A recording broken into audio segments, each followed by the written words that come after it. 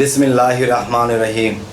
হে সমস্ত জগতবাসী, আজ আমি শামীম আলী চিশতি আপনাদের সামনে যে আলোচনাটি নিয়ে হাজির হলাম, সে আলোচনাটি হলো, মানুষ যদি আল্লাহ ও রাসূলকে পেতে চায় এবং আল্লাহ ও রাসূলকে আপন তাদের কাছে হতে চায় এবং সে নিজে তাদের কাছে আপন হতে চায়, তাহলে কি করতে হবে?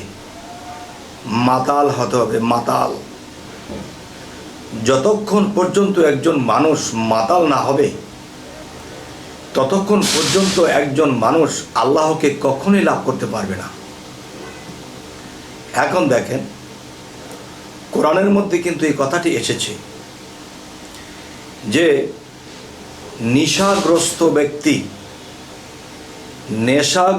ব্যক্তি কখনো আল্লাহকে লাভ করবে না এবং তার ইবাদত হবে না। ইবাদতই হবে না, তাহলে আবার আল্লাহকে লাভ করবে কিভাবে?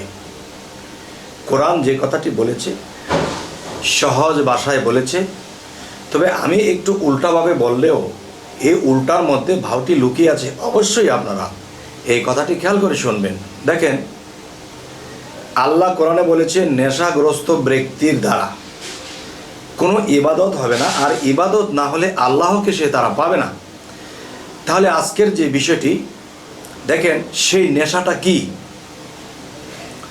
মদ, গাঁজা, বিভিন্ন দ্রব্যের নেশা পৃথিবীতে বের হয়ে গেছে।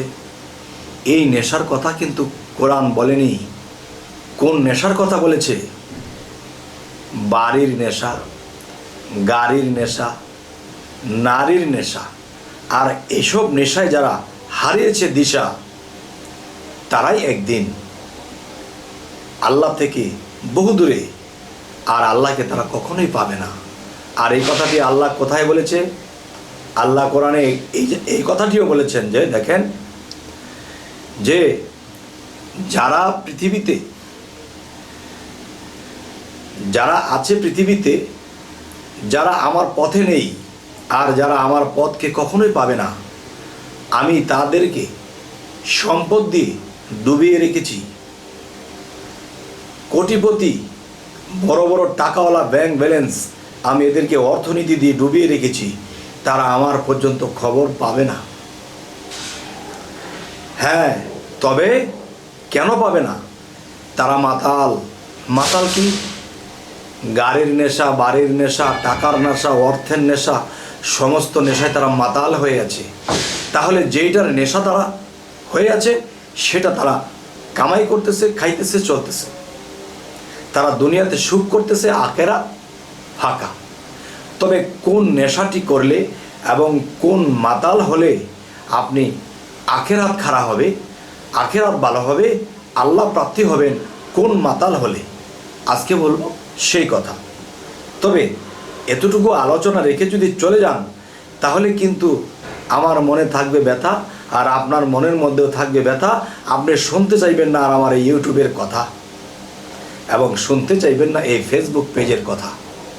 তবে কারোই পাওয়ার দরকার নেই ব্যথা, তবে একটু কষ্ট করে বাকিটাও শুনবেন। সেটি হলো, দেখেন, যদি কেউ বাড়ি, গাড়ি, নারীর নেশায় যখন লেগে গেছে, তখন কিন্তু তারা আল্লাহকে হারাবে, আখেরাত হারাবে। তবে আরেকটা যে মাতাল, সেই মাতালটা কি? যারা রাসূলের প্রেমের মাতাল, যারা আল্লাহর প্রেমের মাতাল, যারা মানুষ দুঃখ দুর্দশায় আছে, এদেরকে দেখলে তারা আল্লাহর কাছে চোখের পানিতে বলতে থাকে যে হে আল্লাহ, এই মানুষগুলো কত কষ্টে আছে, কত অবস্থা তাদের খারাপ, হে আল্লাহ তুমি তাদের রক্ষা করো। কারণ তুমি তো তাদেরকে সৃষ্টি করেছো, কেউ ভুল করেছে, কেউ ভালো করেছে, যাই হোক, এই পরীক্ষার মঞ্চে তারা খুব কষ্টে আছে, আল্লাহ তুমি তাদেরকে শেফা দান করো।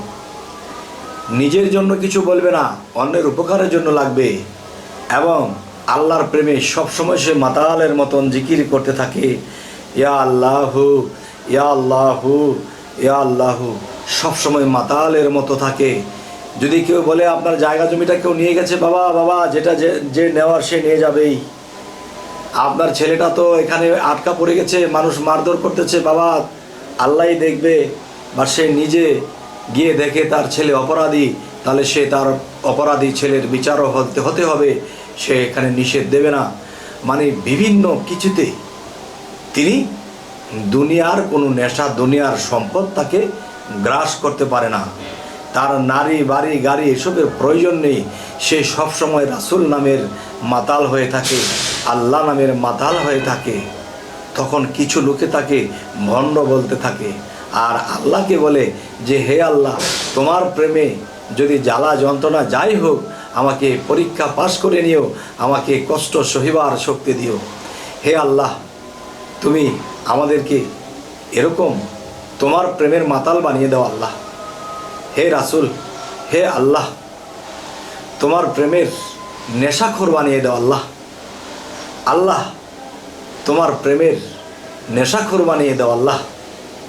যদি তোমার প্রেমের নেশাখোর হয়ে যেতে পারি, আর এই নেশাখোরকে তুমি জাহান্নামে দেবা নাকি জান্নাতে দেবা তুমি জানো। কিন্তু আল্লাহ কিন্তু কোরআনে স্পষ্টই বলেছে যে নেশাগ্রস্ত ব্যক্তি কখনো আমি আল্লাহকে পাবে না, তাদের আখেরাত ফাঁকা। আর আমি বলবো, এই নেশা যদি কেউ করতে পারে, আল্লাহর প্রেমের নেশা, রাসূলের প্রেমের নেশা যদি কেউ করতে পারে, তাহলে তার আখেরাত সুন্দর, এবং আল্লাহ তার প্রেমে আল্লাহ প্রেমিক হয়ে যায়।